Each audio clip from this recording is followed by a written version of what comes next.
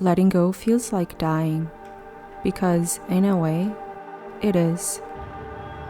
Maybe not literally, but a part of you has to die so that you can move on. And nobody prepares you for how much that can hurt. It can feel like you're expected or allowed to only grieve the good things in life. But letting go of what was bad for you also hurts. In a way, it's harder to explain. The people, the places, the things that weren't good for you once mattered just as much, and you're allowed to mourn those too. We tend to think only the positive deserves to be grieved. Happy memories, love stories, soft goodbyes. But grief isn't black and white. Neither are we. Even the things that broke us also built us for a time. They shaped us, held us, taught us. So when we finally walk away from them, of course it feels like a loss. It feels like dying, and that's okay. I've had to let go of a lot in my life, especially people. But I can confidently say that one of the hardest goodbyes was to a version of myself who, unfortunately, for a long time, mistook pain for love. I spent years chasing someone who just couldn't meet me halfway or didn't want to or whatever, but someone who was so distant and inconsistent, but so good at knowing just enough of the right words and actions to keep me hooked. And I saw that as passion. But looking back, I can so clearly see that it actually felt like dying. Like I felt like a little piece of me was dying all the time. I just didn't know it back then.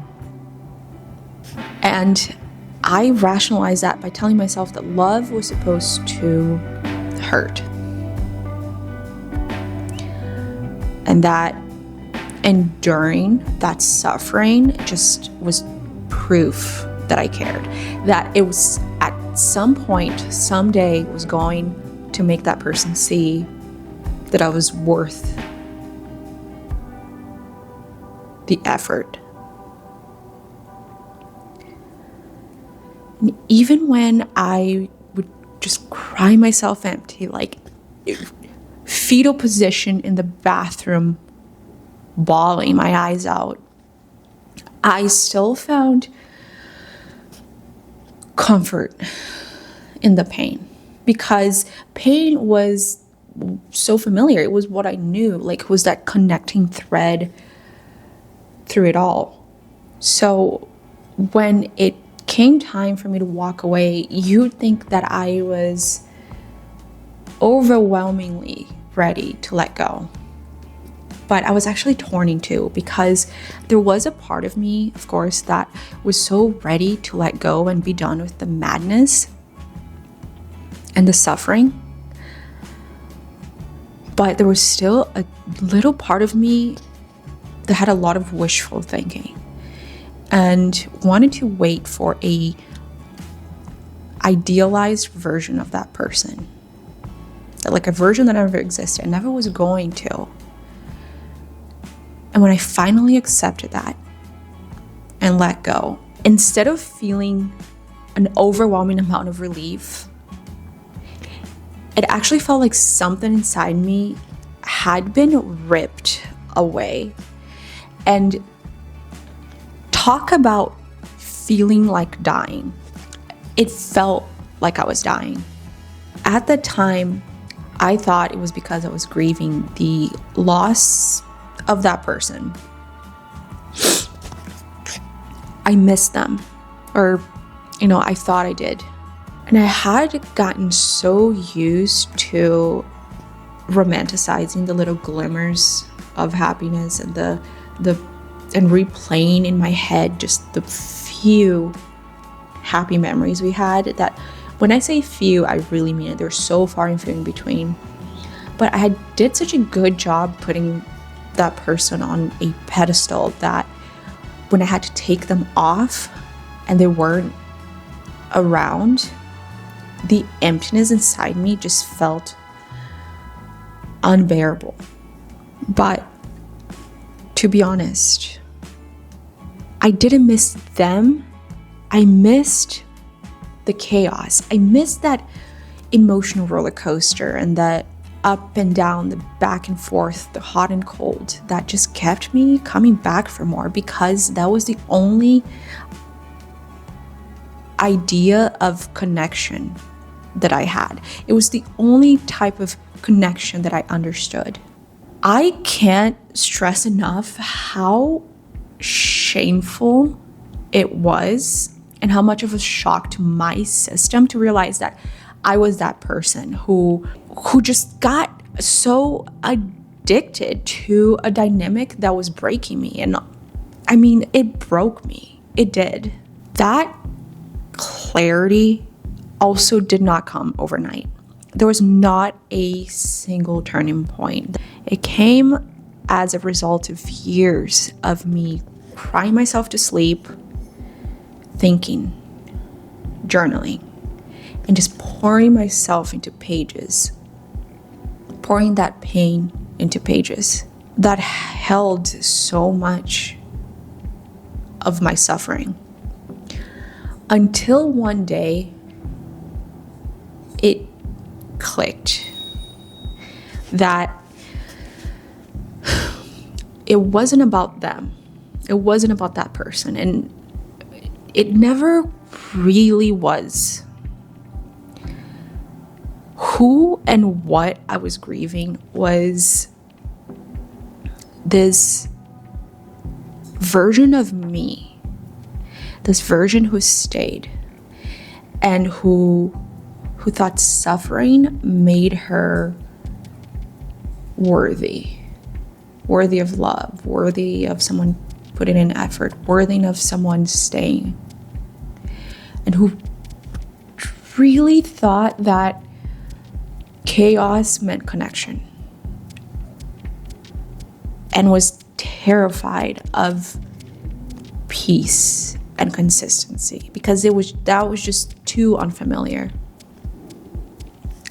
I remember going back through dozens of pages of my journals from that time, just trying to make sense of the mess inside me. And those entries were so full of contradictions. It was denial, and then hope, and then resentment, and it just cycled through it. And as I was reading those pages, I started to see it as more like meeting a younger version of myself that I personally just wanted to set free. And I think that version of me writing those words was desperately trying to be set free. That's when it finally made sense that, that's when I finally understood that that grief, that letting go wasn't hurting so much because I was letting go of someone else. It was because I was losing her. That version of me who kept me safe, even though it was in all the wrong ways, at least mostly. But for a long time, that version was all I knew.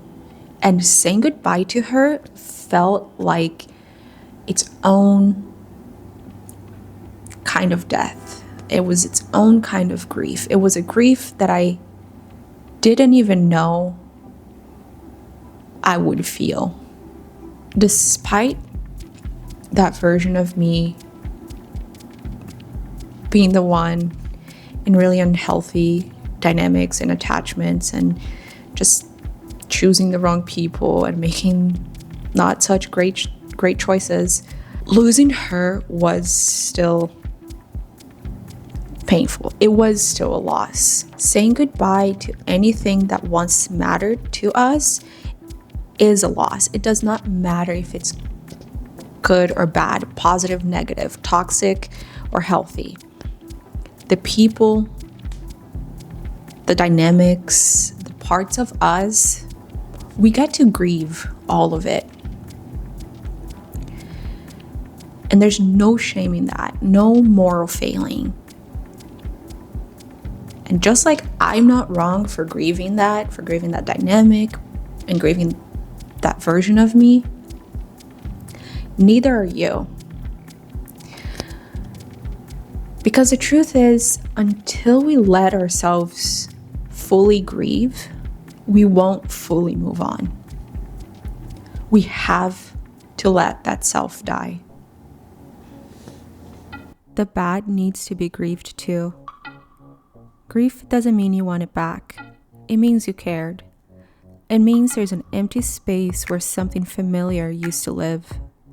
And it's normal to ache there, even when you know the goodbye was necessary. Because the pain is not about the loss of what we had. It's about what we thought it gave us. So yeah, letting go feels like dying. Because it is. It's the death of something within, a chapter closing so a new one can begin. And if you're hurting right now, it's okay. It means you're doing the hard part right.